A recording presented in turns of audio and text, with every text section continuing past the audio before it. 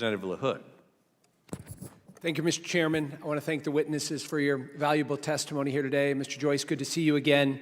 I also serve on our House Intelligence Committee, and I chair our NSA and Cyber Subcommittee, and so I appreciate the candor and sincerity of your testimony today.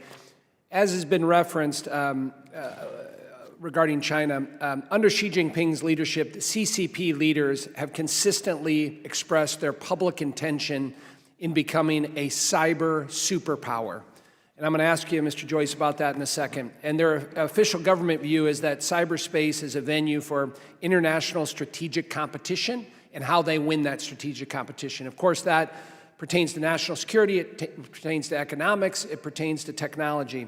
The CCP's own cyber policy-making process has placed an emphasis on using cyber espionage for illegitimate economic advantage and refusing to abide by a set of principles of international law in the digital domain. They play by a different set of rules and standards that every other industrialized country in the world abides by.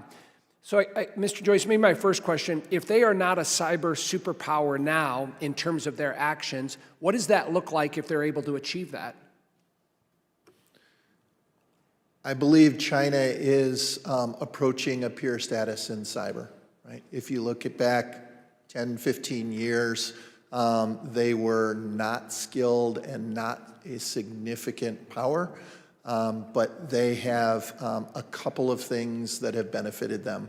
One, they have mass, right? They have quantities of intelligence, military, and commercial entities on a scale that dwarfs anything we in the West have.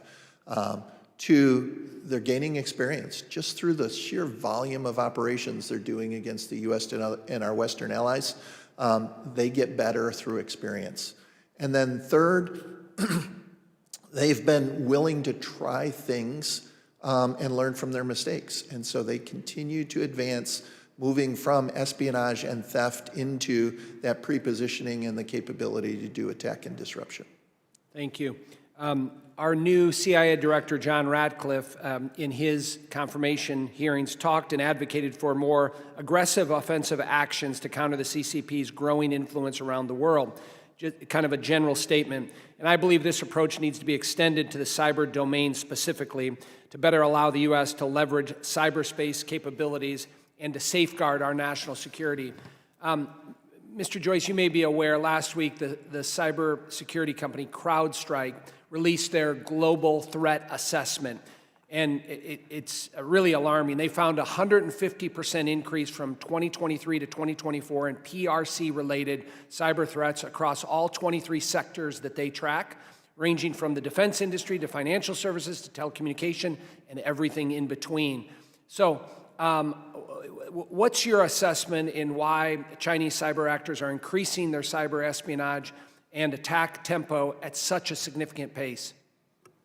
So my assessment is they're increasing because it's yielding results, right? They're getting intelligence, they're getting critical financial and proprietary information that lets them advance their economic interests.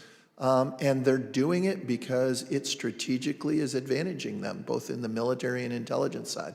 So they're doing it, frankly, because it continues to be successful and there is no cost to them for this effort. In terms of the threat that they face, do you have any suggestions or give us any optimism on the direction the U.S. is currently headed? Yeah, my belief is the dials need to be set to 11, right? That was my comment earlier, that it's a yes and, offensive cyber, but also diplomatic messaging, the investment in the operations, right? Now is not the time to dial back on our cybersecurity capabilities, but put our foot down so that we can generate the intelligence that enables the operations to push back. I'd ask you too, when have you ever seen a diplomatic expulsion for a cyber event, right? We do that routinely when people spy on the US. We do that routinely when there's some sort of diplomatic misstep. We don't use it in the cyberspace, and that shows me we don't use all the tools of national power. We have tremendous leverage in economic and commercial space. We don't use that to push back for cyber intrusions. We need to use everything on a scale that turns the dial to 11. Thank you. I yield back.